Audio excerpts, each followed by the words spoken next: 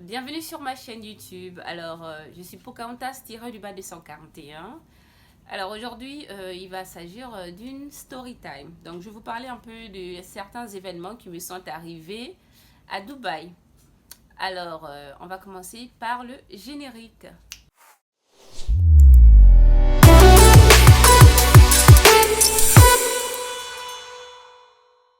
Storytime va parler de mon expérience à Dubaï, et tout particulièrement de ce qui m'est arrivé là-bas, de bien ou de négatif en tant que noire africaine. Alors, j'étais au Ghana, j'étais allée faire une formation d'hôtesse de l'air et je ne l'ai pas terminée. J'ai trouvé la formation longue. Donc, une formation qui devait à la base se passer on m'a promis 4 mois ou 6 mois. Et au final, elle a duré plus d'1 an. Donc, du coup, moi, lassée de cette longue formation, alors que je m'ennuyais en cours, j'ai décidé d'aller à Dubaï pour chercher du boulot. Et j'ai fait les formalités, donc les démarches au Ghana. Ça m'a coûté 3000 Ghana Cedis à l'époque. Je ne sais plus trop combien ça fait en francs CFA. Et ensuite, lorsque j'ai eu le visa, je suis allée au Burkina Faso. On a acheté le billet d'avion au Burkina Faso et tout. On a fait tout au Burkina Faso. J'ai pris le bus pour le Bénin. Donc, on a traversé le Togo et nous sommes arrivés au Bénin à Cotonou. Et c'est de là-bas que j'ai pris le vol pour Dubaï. Donc, ça m'a fait 5 heures de temps jusqu'à Addis Ababa, en anglais bien sûr, donc en français, Addis Abeba. Et d'Addis Abeba à Dubaï, ça m'a fait 2 heures de temps. Et quand j'arrive à Dubaï, déjà moi je connaissais pas, j'avais pas vraiment de contact à Dubaï. J'avais une connaissance à la grande sœur d'un ami qui vit au Ghana. Donc sa connaissance était là-bas, mais elle n'allait pas venir m'attendre à l'aéroport. Donc du coup, moi, je devais me débrouiller. Mais moi, je suis une aventurière, donc je n'ai pas peur. Je sais déjà que... je connais déjà le quartier dans lequel j'allais partir. Donc du coup, j'allais tout simplement demander au taximan de m'emmener dans un hôtel à Dera. J'allais tout simplement dire Dera. Et puis voilà, arrivé sur place, j'allais chercher un hôtel et puis me loger. Donc j'étais allée avec des dollars. Et arrivé à l'aéroport, puisque lorsqu'on est arrivé à Addis Abeba, à l'aéroport, l'avion de Dubaï était déjà prêt à décoller. Donc du coup, on a juste embarqué, on a laissé nos bagages derrière. Et à l'arrivée à l'aéroport, on devait attendre nos bagages qui devaient arriver. On arrivait à Dubaï à minuit. Et on devait attendre nos bagages qui devaient arriver à 1 h du matin. Donc on était là et puis j'ai fait connaissance à une personne, un Togolais, sinon un Béninois, je ne me rappelle plus trop, dans l'aéroport, qui devait normalement m'aider à trouver un hôtel à Dera. Mais lui, il s'impatientait, donc du coup, il est parti. Et il y a un autre monsieur, un Indien, un vieux papa. Il était tellement gentil, il m'a acheté un paquet de chocolat, il m'a acheté du jus, beaucoup, plein de trucs, cadeaux comme ça à l'aéroport. Et puis il me parlait en fait. Il me demandait si c'était la première fois que j'étais à Dubaï. Et puis je lui ai expliqué que oui. Il m'a dit, est-ce que tu as des parents qui t'attendent? J'ai dit non, mais est-ce que tu connais au moins là où tu vas? J'ai dit non, je connais vraiment pas. Je m'en vais à Dera quand même, je vais chercher un hôtel sur place. Et du coup, il m'a dit, ok, il n'y a pas de souci, moi je vais t'emmener dans l'hôtel où moi je loge souvent parce que moi je vis au Nigeria, à Lagos, et j'ai ma famille là-bas. Donc, du coup, je fais des voyages ici chaque semaine ou bien sinon 2 fois dans le mois. J'ai dit, ok, il n'y a pas de souci, moi je suis contente parce que ça voulait dire que Dieu m'a placé quelqu'un sur mon chemin. Et le monsieur m'a emmené à Dera, enfin, pas à Dera, de l'autre côté de Dera, il y a un fleuve un bras de mer qui sépare en fait. Donc, de l'autre côté, ça s'appelle Bord Dubaï. C'est là-bas qu'on a logé dans un hôtel. Il a payé pour moi gratuitement. Il était très gentil, il m'a fait visiter Dera le premier jour. Après, il est reparti, il a fait que 24 heures. Et du coup, moi, je devais me démerder. Le même jour, j'ai pu trouver quelqu'un qui m'a trouvé une chambre. Et c'était pas une chambre seule parce que dans ma chambre, on était 8 filles. Il y avait en tout cas 3, 4, 5. Il y avait 6 lits. 6 lits, mais sous mon lit parce que moi, j'étais sur le lit à l'étage, enfin en haut, puisque c'était des lits superposés. Moi, j'étais en haut et en bas, il y avait une sœur. Enfin, il y avait 2 sœurs qui dormaient. Et moi, j'étais en haut sur le lit, une place bien sûr, et je payais l'équivalent de 100 000 francs CFA. Donc ça faisait 650 dirhams à l'époque. Donc c'était beaucoup pour un lit superposé. En plus, il n'y a pas d'intimité. Vraiment, on est 8 filles dans la même pièce. Un petit truc, un petit réchaud. On doit se démerder avec un petit frigo. Il n'y avait même pas la machine à laver là-bas. Il fallait amener ses habits au pressing parce que l'eau était tellement glacée au moment où je suis arrivée. Il faisait très froid. Et je me suis quand même habituée, ça allait, on a essayé de déposer les dossiers à gauche à droite. Alors, le problème commence au moment où je trouve un premier emploi. C'est une fille qui vivait avec nous dans la même pièce qui m'a trouvé ce boulot-là. C'est même la propriétaire du local. Donc du coup, elle m'a trouvé un boulot, je devais être, comment on appelle ça, pas colporteur, rabatteuse en fait. Donc je devais être dans la rue pour un hôtel, donc c'était le restaurant d'un hôtel en fait. Moi je devais être à la rue avec le menu du restaurant et essayer de racoler les gens.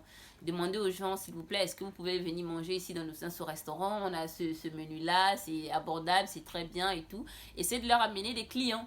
Et moi du coup, euh, je sais pas vraiment ce qui m'est passé dans la tête. Pour moi, je sais pas, je suis arrivée là-bas, j'ai vu Dubaï, une très belle ville. Je suis allée au mall le premier jour, je me suis amusée.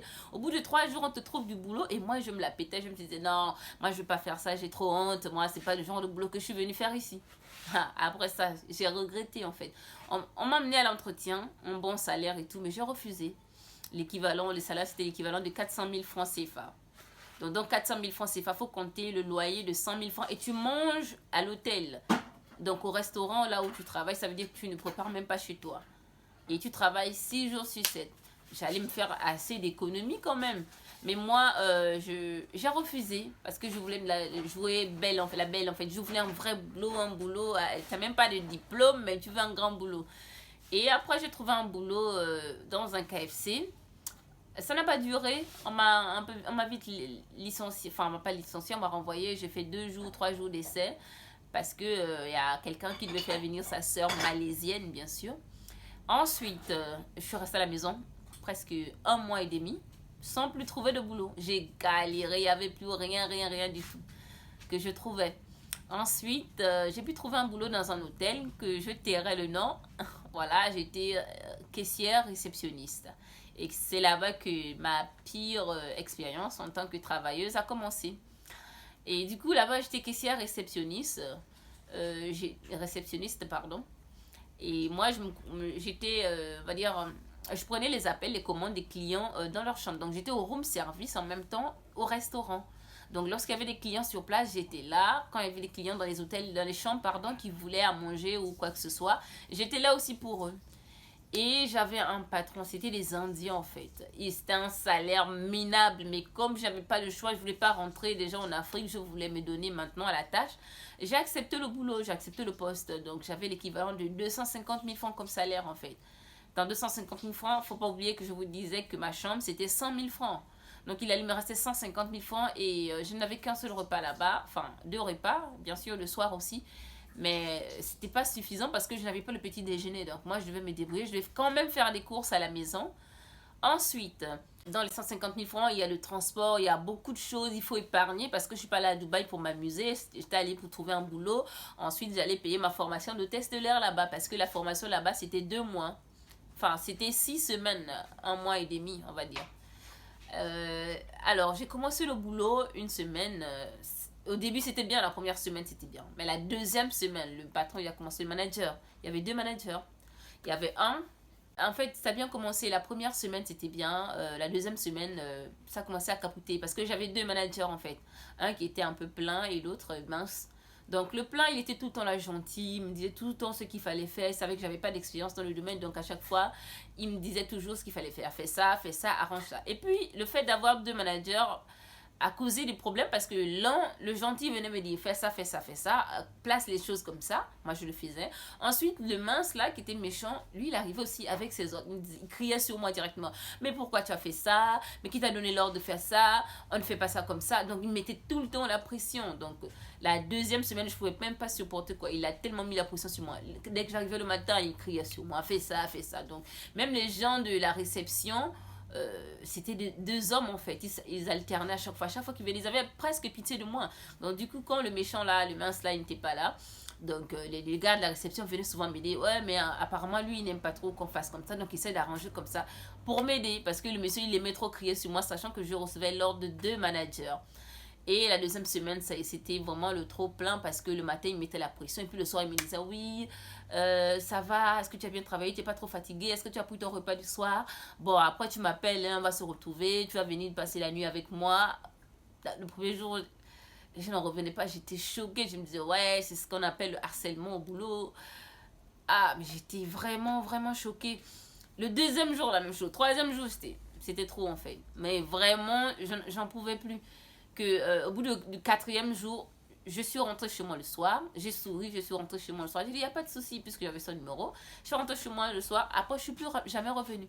Ils m'ont tous appelé, je ne suis plus jamais revenue. Même, je devais même je devais même me faire payer les presque 2 semaines que j'ai fait là-bas en travaillant, mais je ne suis même pas allée réclamer mon argent parce que tellement j'étais choquée, je n'avais même pas envie de le rencontrer. C'était la première fois de ma vie que je voyais des personnes agir comme ça au boulot. J'entendais les gens le dire, vivre ce genre d'expérience. Mais moi, là, bon, ça m'a choqué que je suis allée m'asseoir. Et après ça, je n'ai pas trouvé de boulot jusqu'à ce que mon visa soit sur le point d'expirer. Donc, j'étais peut-être à 3 jours de que mon visa s'expire en fait. Expire, pardon. Et là, j'avais déjà acheté le billet d'avion et tout. J'ai fait tous mes bagages en me disant que ouais, je rentre en Afrique. Parce que là-bas, il faut savoir qu'à Dubaï, en ce moment-là, en 2019, toutes les semaines, il y avait 2 personnes. Parce que par la suite, j'ai changé d'immeuble. En fait, j'ai déménagé. Et toutes les 2 semaines, il y avait 2 personnes au moins, toutes les semaines, pardon, il y avait 2 personnes qui quittaient Dubaï, qui rentraient chez eux parce qu'ils n'avaient pas trouvé de boulot en fait. Ils sont venus, illusion totale perdue, tu peux pas rester à Dubaï sans papier, c'est risqué parce que les amendes sont exorbitantes. Donc ces personnes-là retournaient à Dubaï, chez eux. Toutes les semaines, il y avait au moins 2 personnes qui rentraient chez eux. Donc moi, comme ça, moi je ne pouvais pas rester. Donc du coup, j'ai fait mes bagages, j'ai acheté mon billet d'avion et tout. Et j'avais déjà acheté mon billet d'avion, tout, fait mes bagages, les cadeaux et tout pour les gens qui étaient là-bas au Burkina Faso. Et à ce moment-là, j'ai trouvé du boulot. On m'a trouvé du boulot comme vendeuse dans une pharmacie. Enfin, je vais assister un vendeur en pharmacie. Puisque moi, j'étais bilingue, français, anglais. J'allais pouvoir l'aider parce que dans DERA, il y a beaucoup de clients, il y a beaucoup de francophones en fait. Les Maliens, les Burkinabés, les Ivoiriens et autres, les Camerounais et tout ça. Et malheureusement, j'avais déjà acheté le billet d'avion et puis d'autres personnes me disaient non, vas-y, vas-y, tu as déjà payé ton billet, c'est pas bien. Après, peut-être que tu vas pas apprécier le boulot, tu vas peut-être quitter. Donc, c'est mieux que tu rentres chez toi. Et c'est là que je suis rentrée chez moi. Mais sinon, ça m'est resté en tête vraiment. Voilà, premier harcèlement au boulot. Et depuis ça, et là, je n'avais même pas parlé. Hein, donc, j'avais juste fui le boulot, c'est tout, comme une voleuse, comme si c'est moi qui devais de l'argent. Mais là, aujourd'hui, là, si il y avait quelqu'un qui se comportait comme ça là, non, dès que je suis énervée, moi je dis mes vérités hein, et puis je connais mes droits. Donc aujourd'hui c'est plus la même chose. Alors c'est un peu ce que je voulais vous parler de mon expérience à Dubaï. Voilà, c'était un peu ça. J'espère que ça vous aurait plu. Sinon, il y a d'autres vidéos qui arrivent, donc je vous invite à liker cette vidéo, à vous abonner et à mettre un commentaire si vous voulez, me donner aussi de vos nouvelles, peut-être une expérience similaire que vous avez aussi vécue. Voilà, à la prochaine, bye.